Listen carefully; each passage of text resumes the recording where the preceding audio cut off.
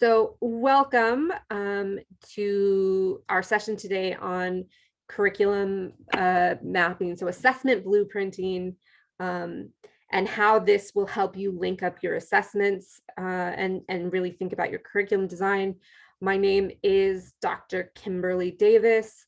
I'm an academic and digital development advisor on campus, and my specialty is assessment and feedback.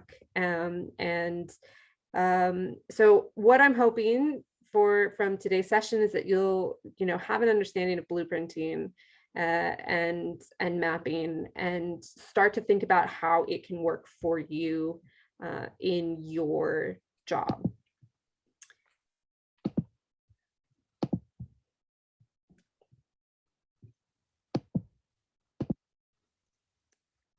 So you also have my email on here as well, because this can be quite an involved task, and it can be quite tricky, potentially if you're looking at things at a program level. So, just to let you know that there is help out there for you in the form of me for things like this. So what I want to start with is this idea of a program-focused approach to assessment and feedback. You may have heard it discussed around campus as a programmatic approach. And what this is it's looking at a degree program and focusing on this idea that it's not just, a tick box of students take this course, then this course, then this course, then this course, and then they get their degree, but thinking about how these courses link together, almost like puzzle pieces. So how all of these courses link together to create the overall program.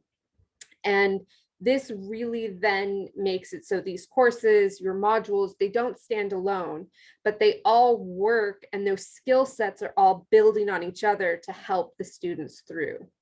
And part of this approach, and part of looking at our program in this way, is so that we can link up our assessments, and we can link the way that we're providing feedback so that a student can use the feedback that they get in our course to help them in another course, or to help them as they do another task that is utilizing those same skills.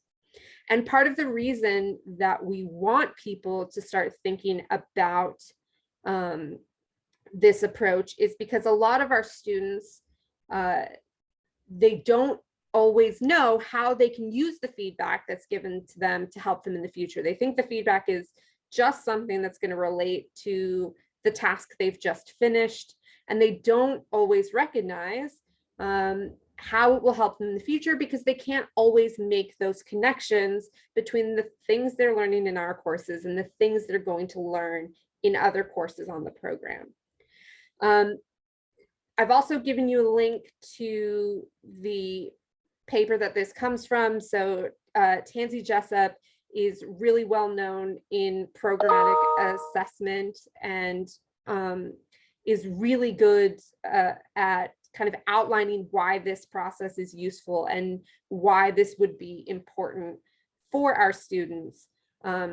So please feel free to have a look at that. That's a really good kind of starting point. Her paper is a really good starting place for this.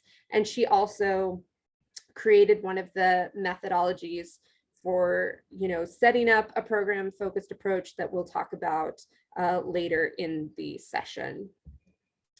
So then what do I mean by curriculum mapping and blueprinting?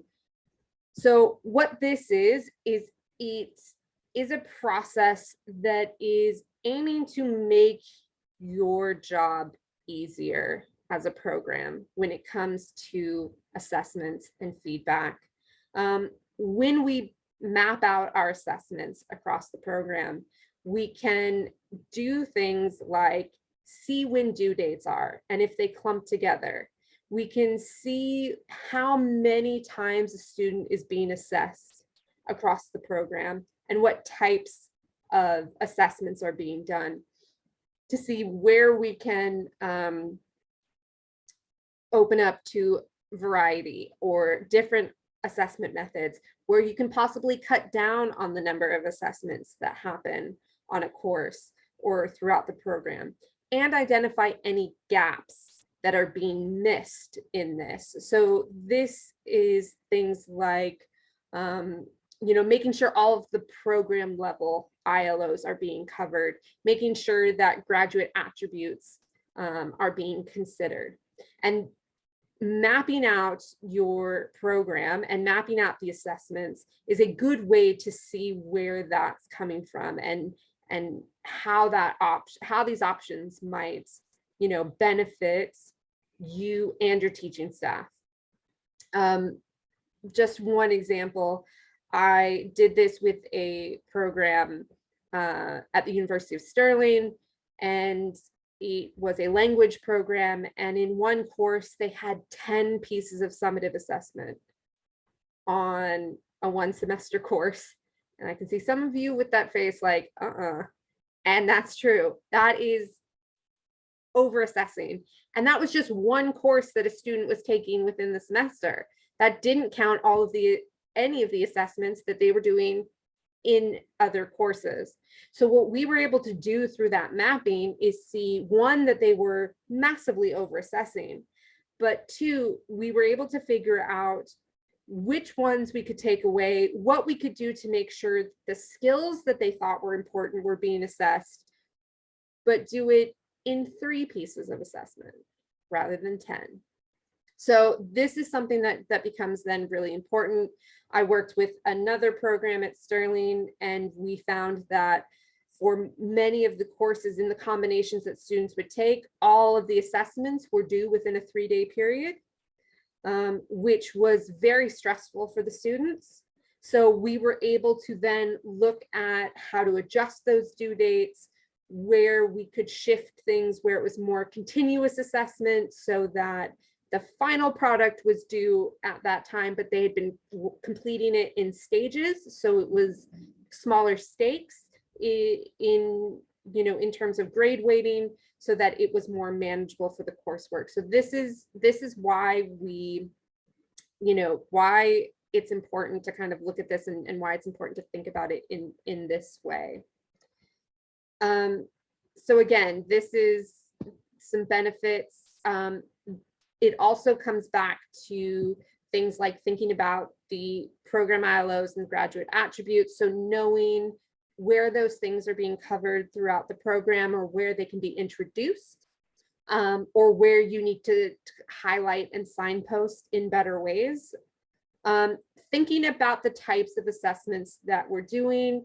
If we have this blueprint, if you've got this kind of overview of what's happening in the program, you can start to look at where different methods of assessment might be beneficial, or could be swapped out for some of these more kind of traditional exam type assessments where appropriate. Obviously, that one is going to be very dependent on things like the number of students in your cohort, the availability of markers and a marking team, and timing. So, sometimes you might want to change an assessment somewhere, but realistically, if you have a cohort of 300 students, they can't all be doing an individual project, because you just won't have the capacity or the resources to be able to sustain something like that.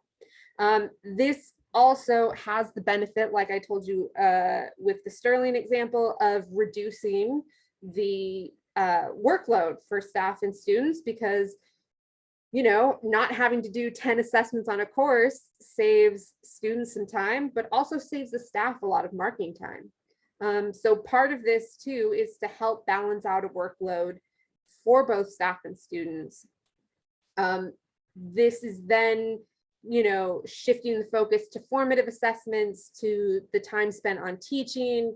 It's easier to look at where graduate attributes fit within a course, or how certain courses that are linked together help fulfill these. This allows for staff to make those connections for students, because our students don't always understand why we're having them take the courses that we have them take on a program. So they don't always understand why certain courses are core courses, how, you know, the electives that they take can aid in what they're doing.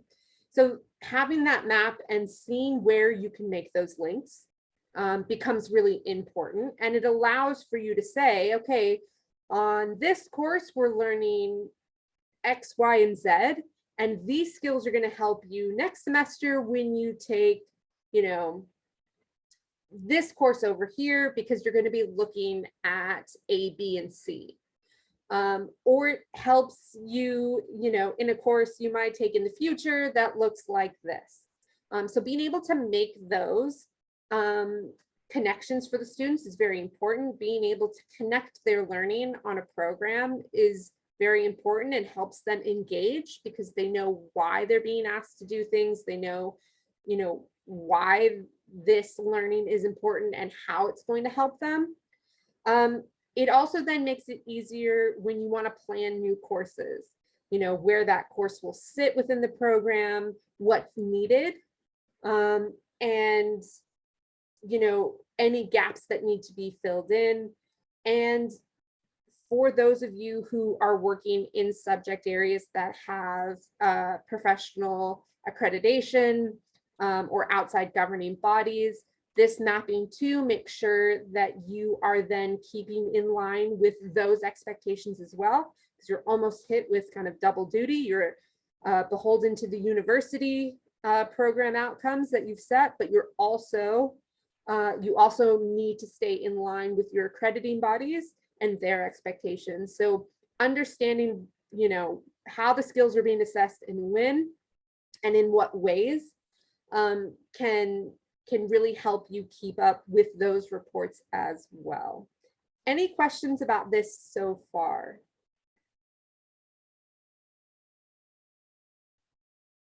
Okay. So your probably most logical question is, well, what does that actually look like then? What does it look like when we sit down and blueprint a program? So this comes from a program that was or a research project that was done at the university. And this is what this will look like. So you literally map it out by year. And you look at the types of assessments. So what are the methods? How are our students being assessed? And what are the number of assessments across the given year?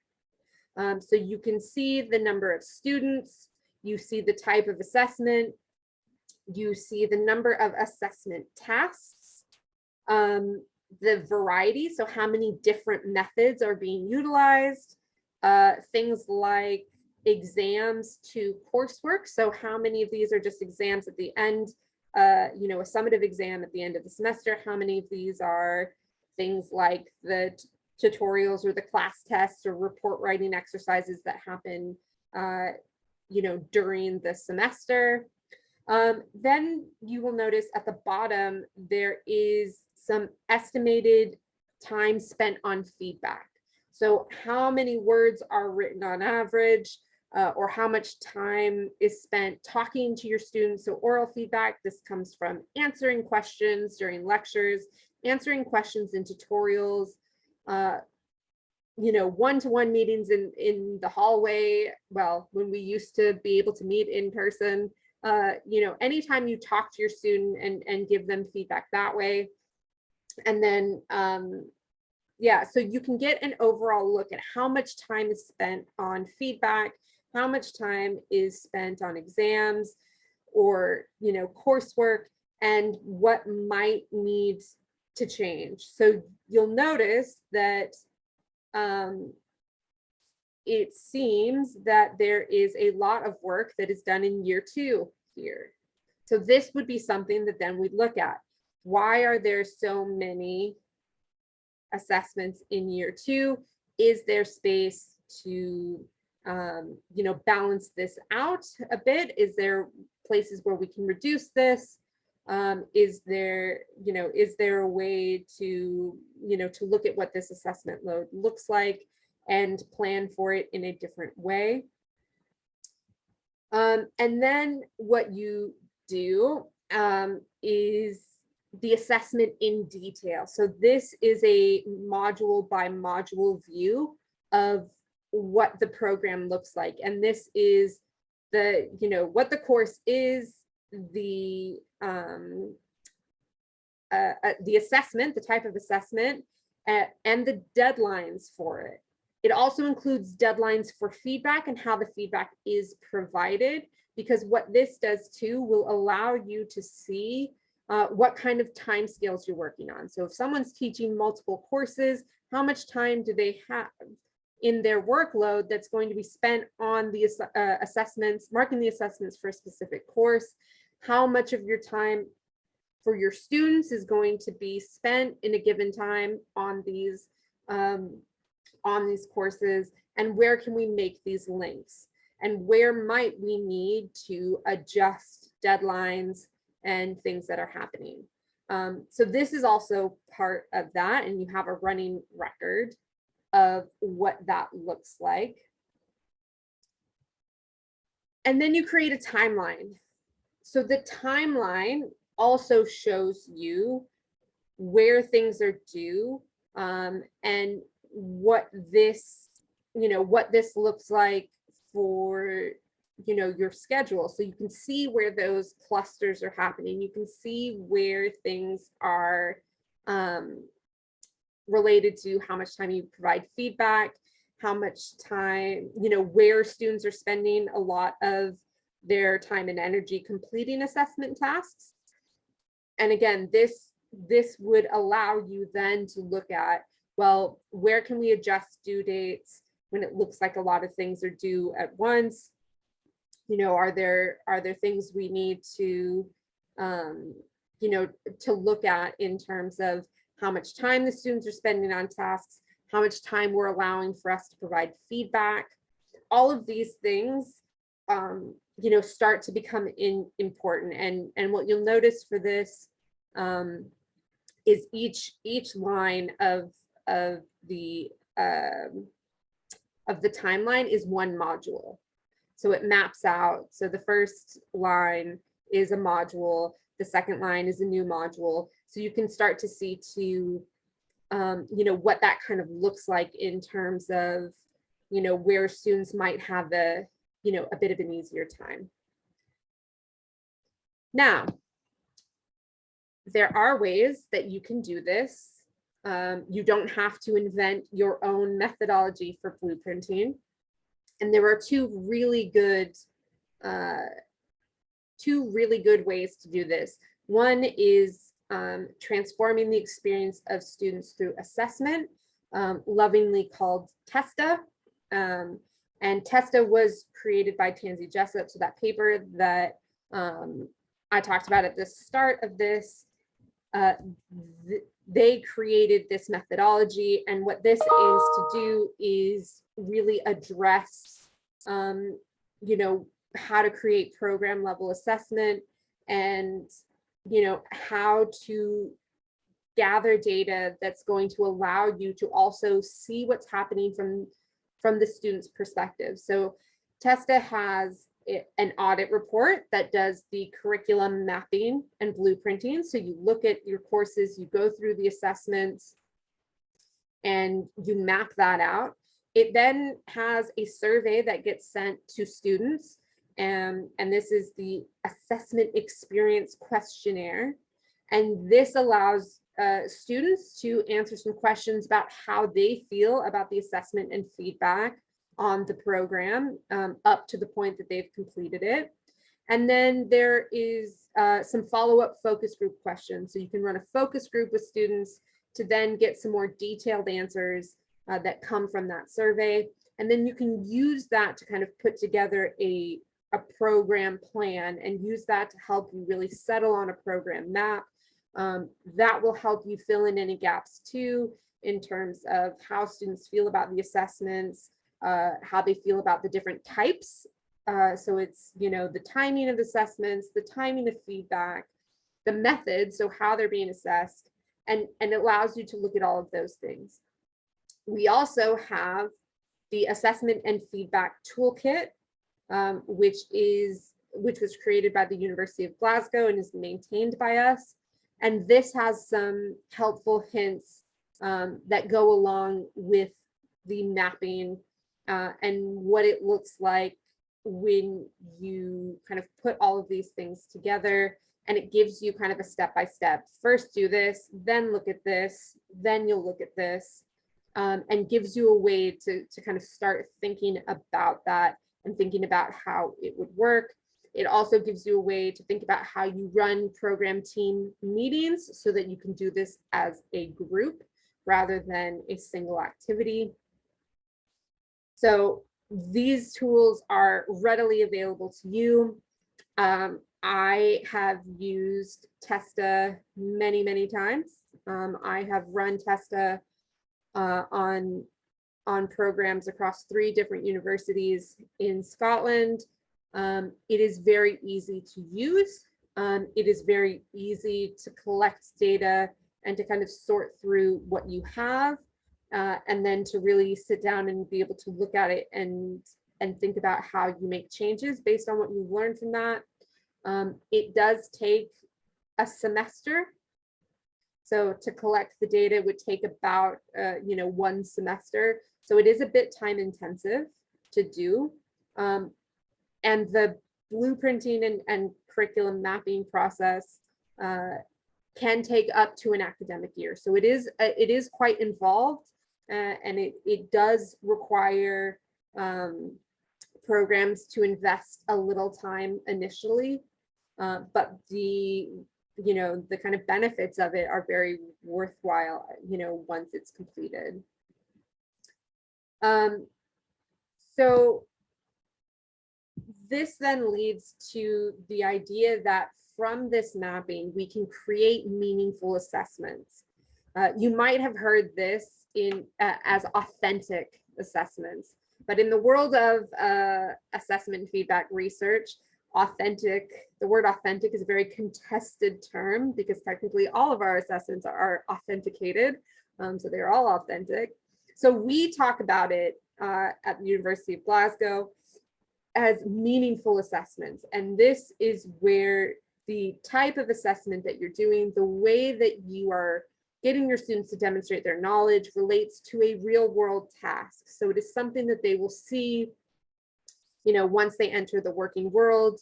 It goes beyond the traditional method of just writing an essay or doing an exam.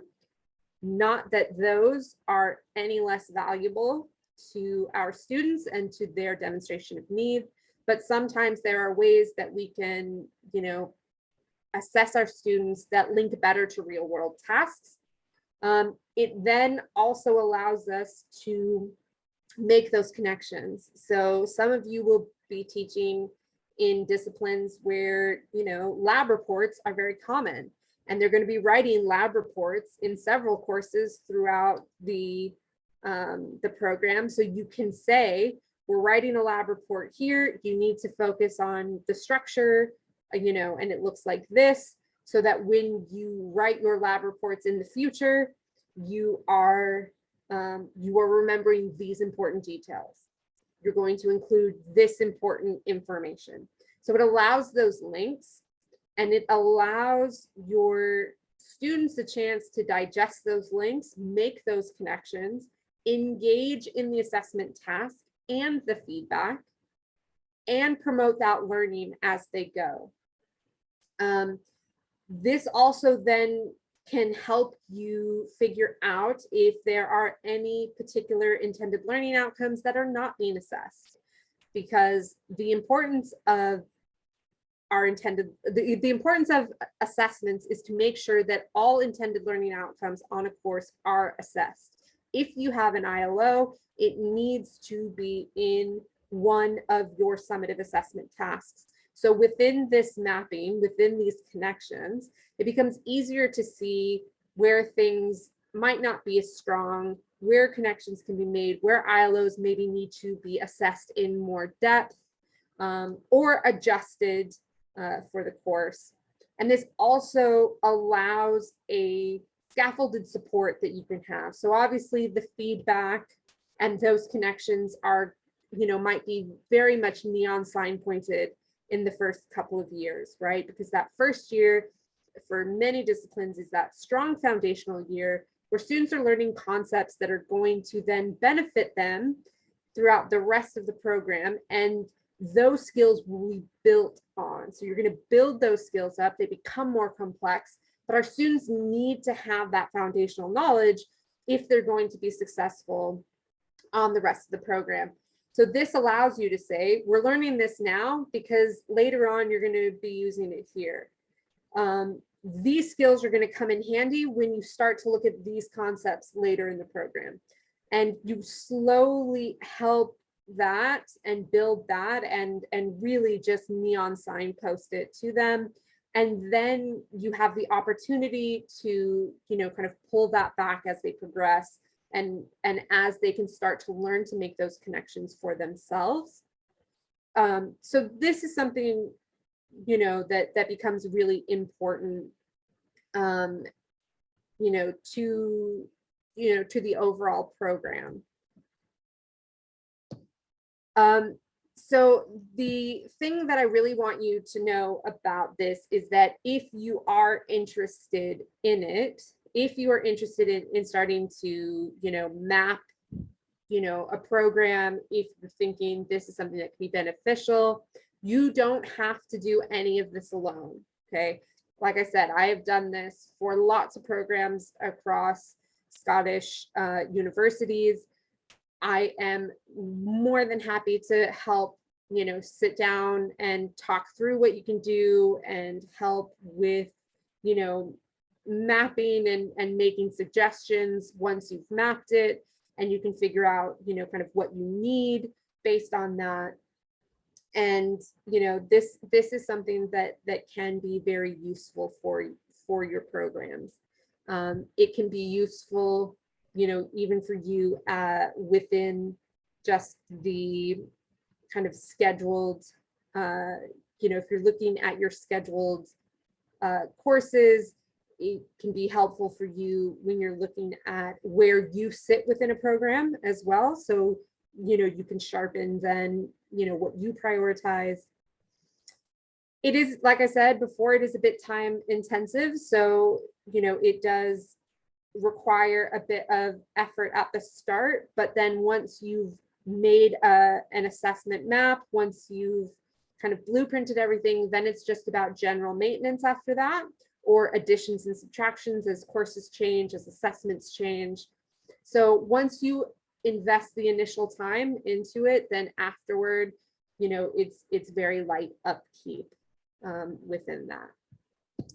So now what I thought we would do is have some time to, for you to ask questions about this process and to discuss, what this might look for you within your given context, and to really start thinking about how you might map these assessments for yourself and how this might help your teaching practice. So does anyone have a question?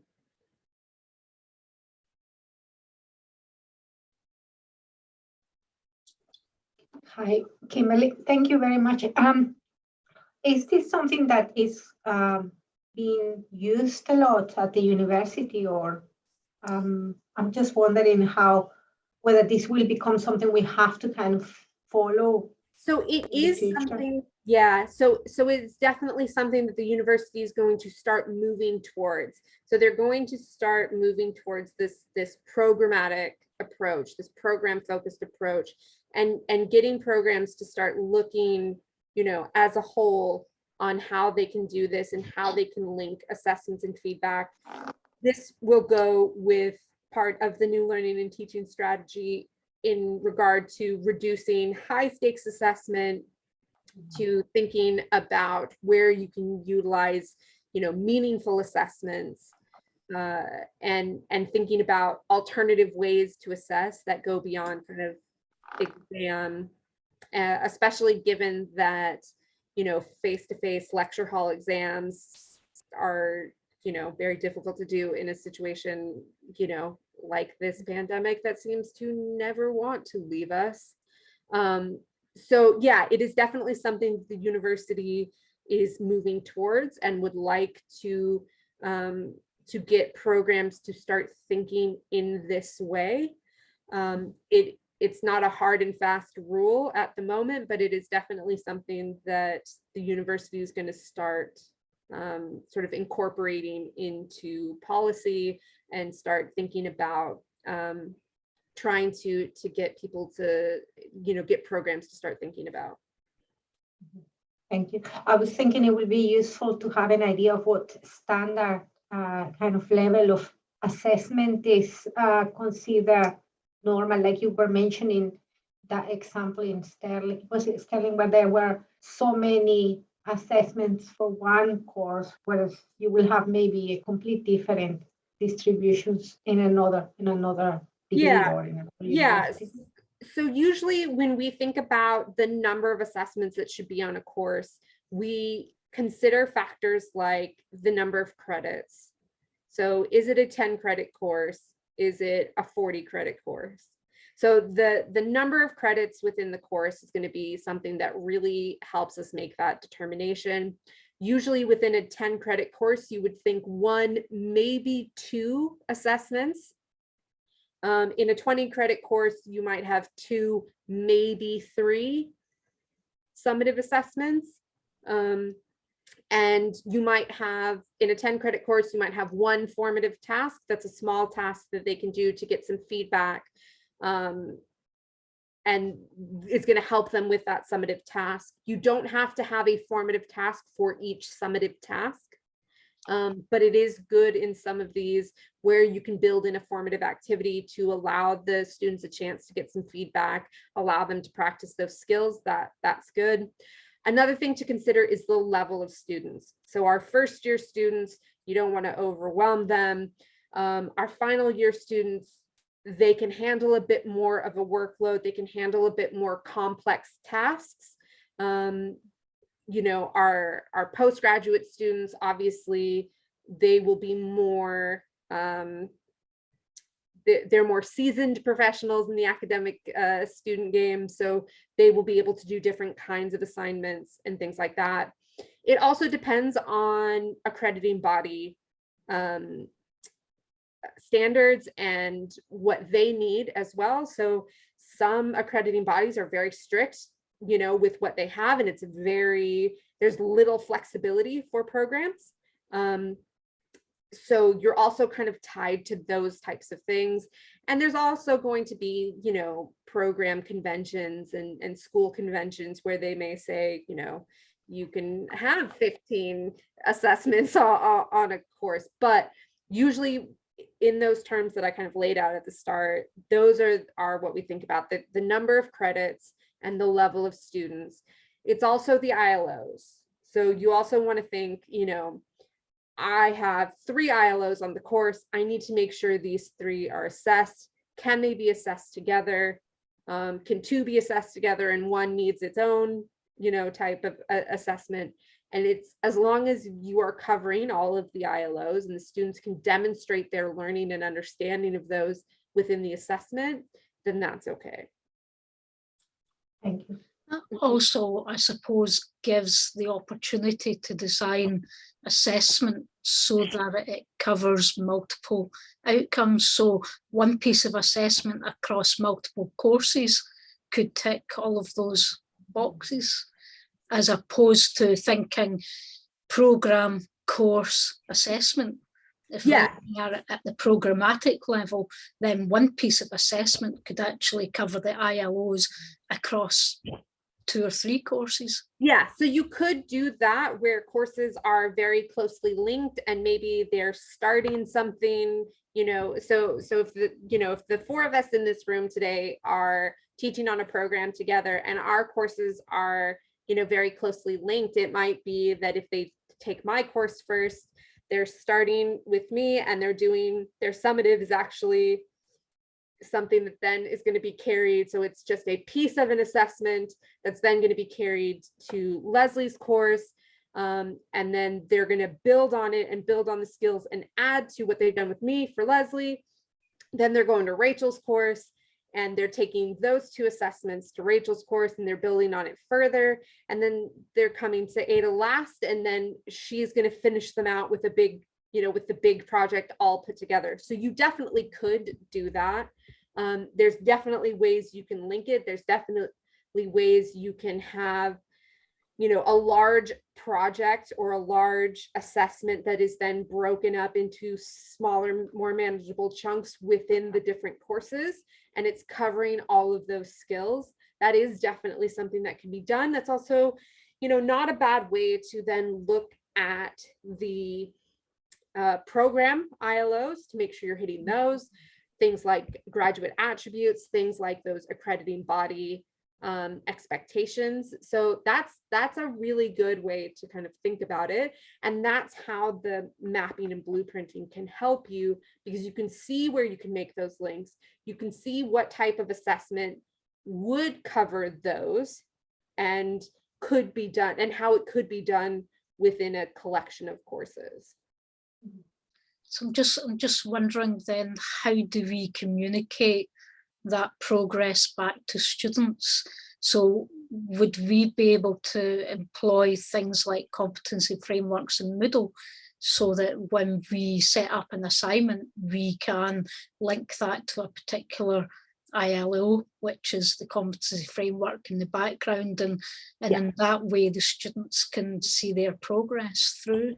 Yeah, so the one of the things that the university also really wants people to start utilizing in course design and thinking about that is the idea of constructive alignment. So you may have heard of this. It may be a new concept, but basically this is how you link your ILOs to your assessments, and how then the course content, helps bridge that. So gets them from the ILO to the assessment, which is a demonstration of their knowledge of those ILOs. So having things like a competency framework, having something that's really clearly mapped so that students can see, oh, okay, if ILO 1 on this course is to, develop a plan for how to take over the world, then the assessment is going to be to create, a super secret project report for how to take over the world. And maybe that's going to build on then, the next course where they're learning about military strategies for global leadership, right? And then the next phase is to write a report on how the military would help support a global takeover. So as you're looking at things like that, it can be, okay, well, ILO 1 for this course, said, how well can you develop a plan? You've created a plan. Here's how well you met this ILO, but now you're also going to take this assignment forward. So you can definitely do that. You can definitely have things that will show them, what their progress is and how they're doing throughout, especially connected courses. So that then leads into the design of, say, rubrics. Yeah. So for I don't know, an essay, I've seen a lot of rubrics that are set up as introduction, a middle, end, references. So basically we're going to flip that, and instead of breaking the parts of the essay down or a lab report down, it really needs to be developed along ILOs. So in this report, have you demonstrated your competency in this particular ILO? Yes. Yeah. So your ILOs would then, become very specific. Your rubric, would become very specific to the ILOs and what it means to demonstrate that. So, if you're utilizing the 22-point scale in an A band, what would an A assignment look like to show you that they've met all of the ILOs? The university does have descriptions for the grade bands. So what would an A assignment look like?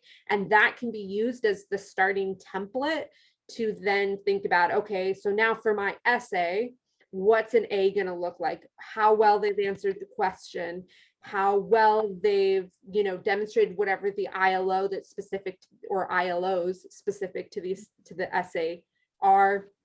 If it's things, if the structure and, you know, referencing and that part is important. That is also included in the rubric, but those things might also be potential parts of, you know, an ILO. So if you're doing lab reports, one of your ILOs may be to, you know, demonstrate an understanding of the structure of lab reports and be able to run an experiment from start to finish, you know, from, you know, in lab to report write-up. So then that becomes part of it.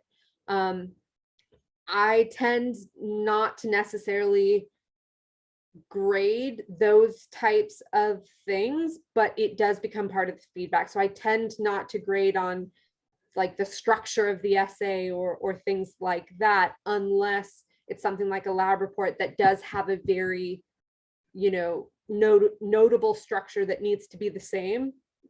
But like for an essay and things like that, I tend not to, but it would be something I might mention in feedback. I tend not to mark down people for referencing, because for some of our students, this is the first time they've ever attempted academic reference, you know, academic citing, or they're not familiar with what we use in the UK. I know that when I first moved from the US, I was very used to MLA format, which is not something that's really widely used here. And I knew what APA was. I had never heard of Harvard. You know, there were things that I didn't know and didn't get right, you know, at the beginning, many years ago. So I tend not to penalize students for that if I can see that they're making the effort and they're trying. But it then would be something in the feedback that I would mention. It would be something in the feedback where I would provide them a list of resources or you know, the website for the student learning and development who does courses on plagiarism and academic citing and academic writing. So I would point students in the direction of where they could get help with it, and point it out in the feedback that this is a skill they need to brush up on, but I wouldn't penalize them in their grade, if that makes sense. No, that makes, I wouldn't either. I would be looking for consistency and demonstration of breadth of reading, as opposed to, you know, making sure the volume is in the right place and the title is in italics or whatever. So yeah, and for some of our students too, culturally, you know, plagiarism isn't a thing, and they don't have a concept of that. So being understanding, setting those expectations with them, but also, you know, knowing that for some of our students, this is a 100% new concept, you know, allows for that flexibility as well. It allows, you know, for that practice, but then it allows you to link that feedback as well. Yeah, that's really good. Any other questions or concerns? So are any programs that are looking to look at their program with a view to probably the next iteration of the program, are they best to contact you to maybe facilitate the blueprinting of the existing program with a view of moving it forward? Or yeah, definitely. And then what I would do is we'd have a meeting, we'd sit down and kind of talk about, you know, program level ILOs, where you want the program to go, areas that you're kind of concerned about or you think might be an issue. And then we would just kind of walk through that process. And I usually utilize TESTA because that's the method that I'm most familiar with. But there are, you know, there's no one right way to kind of map this out. I know some programs that literally just sit and make an assessment map. They don't do kind of everything. They just make the assessment map with, you know, the type of assessment, the due dates, and where it fits on, and they just put it on a giant academic calendar. And then they can see where things line up, what they might need to talk about. I tend to use a bit more detailed mapping so you can see where connections can be made. because if your program's not already set up on, you know, a kind of programmatic focus, you don't know what's happening in other people's courses. You may know ones that you work with, you know, very closely, but you don't know everything that's going on. So you don't even know where there are places that you could be making links. And it also allows you to see where those links can be made, because you're not going to have to link to every other course on the program. There are going to be some that don't. The skills don't link, the subject matter doesn't link, and that's okay. Because it's hitting different program level outcomes, or it's your course fits a different need, and it's going to connect to different courses. So not everything's going to perfectly link 100%. Some of you will also be teaching courses that serve as electives for other courses, or, you know, has the opportunity for students from different programs to take your course. And it's hard to then link out to that and then know how to discuss those links. So we kind of look at those things as well. I would look at those things with the program and really look at, you know, how you can make the links that are going to benefit everybody, you know, what you can say to your students, you know, what to at least be aware of if you are in that position where it's more of an elective and it doesn't necessarily link, how you can talk about it on the, you know, on a bigger picture scale, about where it fits and why it's important.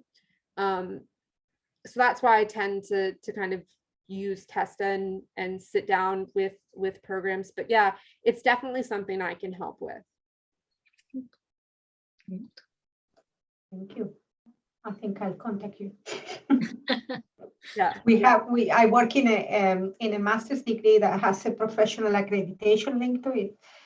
So we have that added on, kind of having to meet our own requirements and those of the professional body, and they have changed some things, and it is becoming increasingly harder to try and cover everything, because they are trying to structure more firmly the role of the professional body. So it's quite important to think about how you can identify all of these things, and mapping where the gaps are from what we want and what they are requiring.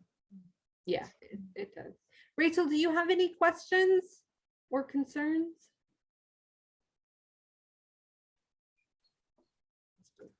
Okay. Yeah, not a problem. Not a problem. Okay, so great. Yeah, this session, you know, is really just to give you kind of that jumping off point to think about. Yeah, you know what, and I like it when people who are new to teaching come to these, because then you get to start thinking about this, and you think about some things that you might want to ask, you know, even if it's, you know, your program's not necessarily utilizing a program focused approach, you can start asking the questions and thinking about where your course links in with others. And that's how you can start to help your students make those connections as well. So don't worry at all about, you know, not necessarily having questions at this stage. You always know where to find me. You have my email. I'll send you, like I said, I'll send you these slides at the end of the session, and that has my email. So we can definitely, you know, if you have questions that pop up, that's definitely, my inbox is always open. Yeah, Ada. Thank you. Yeah, this may be not related to what you were saying, but I was trying to think about whether there are any resources for more automated feedback for our students. When you have large programs, say 50, 60 students, and providing individual feedback for each of them becomes really, really time consuming. Whether there is any sort of suggestions you may be familiar with for that sort of automated.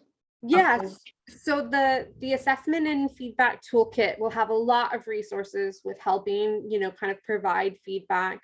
It's also about thinking about the different methods of feedback. So if you have larger cohorts, then things like group feedback where appropriate, utilizing peer feedback if that works. So students are marking and looking at their, looking at their peers' work and commenting on that.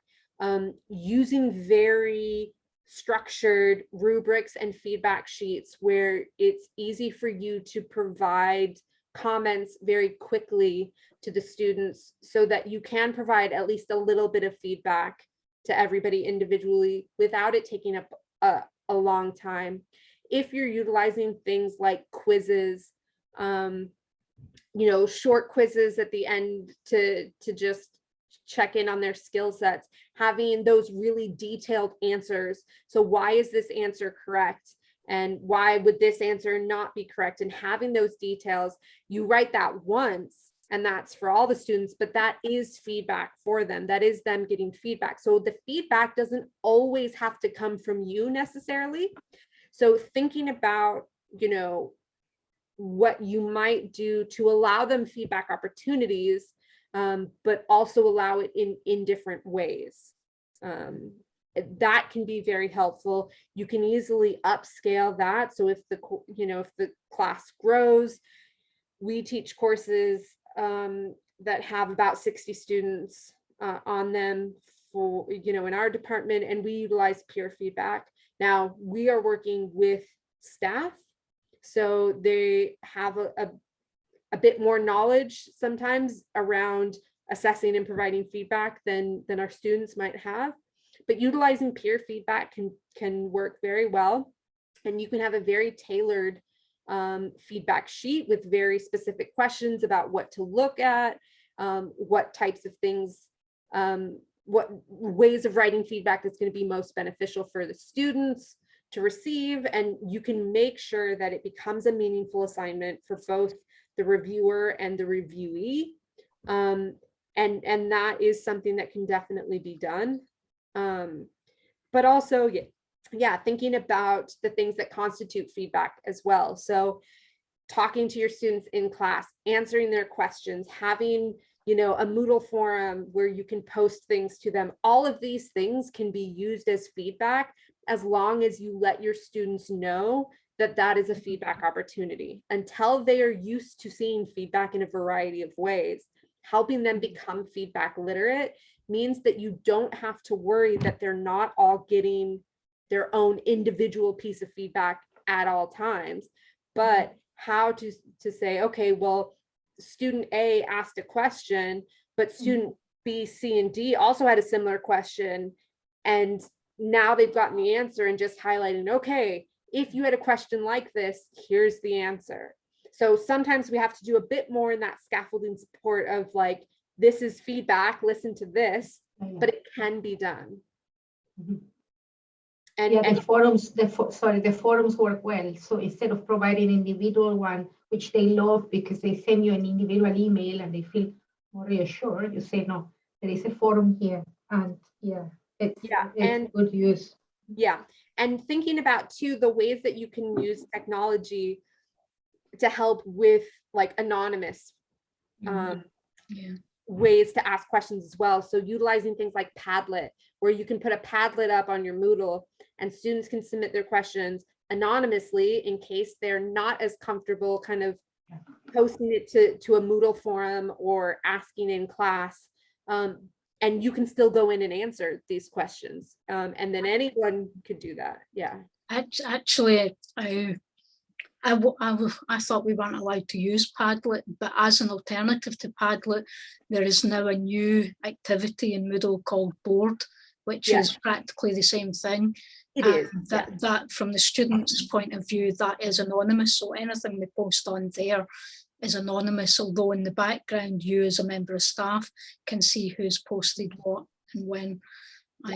So that's a nice little tool to have a look at. Yeah, and I would say go for anything that's already a plugin in Moodle first when utilizing some of these things. But yeah, that's a really good way to help students, have that chance, because some of our students are very shy. Some of them don't necessarily feel comfortable asking questions because they think they're supposed to already know some of this information, or there's still that weird thing that happens when they leave secondary school and they enter university, where the lecturer becomes this big, bad, scary, person. And no matter how user-friendly we think we are, they're still like scared to come to us because they think we're going to think less of them if they have a question. So, making it clear too that you're okay with questions, but here's how you can ask your questions anonymously will help them engage, and will help make even our students that feel kind of uncomfortable doing it okay with doing it. And that can be really useful for them. I think that's particularly useful for our overseas students. I work in a master's degree, and we have so many overseas students that are not confident, as you mentioned, with their communication skills and the system in general. So yeah, they see you as someone that is just there to. And we're also and we're also working with cultural differences with our students too. In some cultures, it's rude to ask questions when a teacher is lecturing, and it's rude to, it's seen as rude to do that. So if we can give them a space, if we can acknowledge that and do things that then, let them know that it's okay to do this, and this is what the expectation is and how we can help, all of those things can go a long way too, to help then support them while they're doing things like completing coursework, doing the assessments, and making sure that they feel ready and prepared and that they understand these things. Because if our students are all over the world while they're doing this, then they're, a lot of them speak English as a second or third language, and they don't feel as comfortable, speaking up, or, they're worried about things like their pronunciation or things like that. And so giving them the space to engage, that can help them feel a bit more confident, and a bit, allows them to get the support that they need. So I think that's really good. Any other questions or concerns? No. Okay, well, thank you very, very much for giving up some time in your afternoon for this. And like I said, I'll send you everything. This will then be posted to YouTube, and you can come back and enjoy it as often as you'd like. And then feel free to get in touch with me if you have questions, if you're interested, if you want to know more, if you think it might benefit your program, and I would be more than happy to help. I will be running several other assessment and feedback related CPD sessions in the next few weeks. There is one on writing rubrics. There's some on, creating accessible assessments. There's some about thinking about how to make, meaningful assessment tasks. So feel free to sign up for those. I am more than happy to see familiar faces when I do things. And with that, I thank you very kindly for your engagement and participation today. And I will release you back into the wild. Run away as fast as you can. Go enjoy the rest of, your Wednesday. No, thank you. Thank you. Kimberley or Kim? Kim is fine. Yeah. No, thank you. I've thoroughly enjoyed this session. So Good. great. I'm glad. Right. Bye. Bye.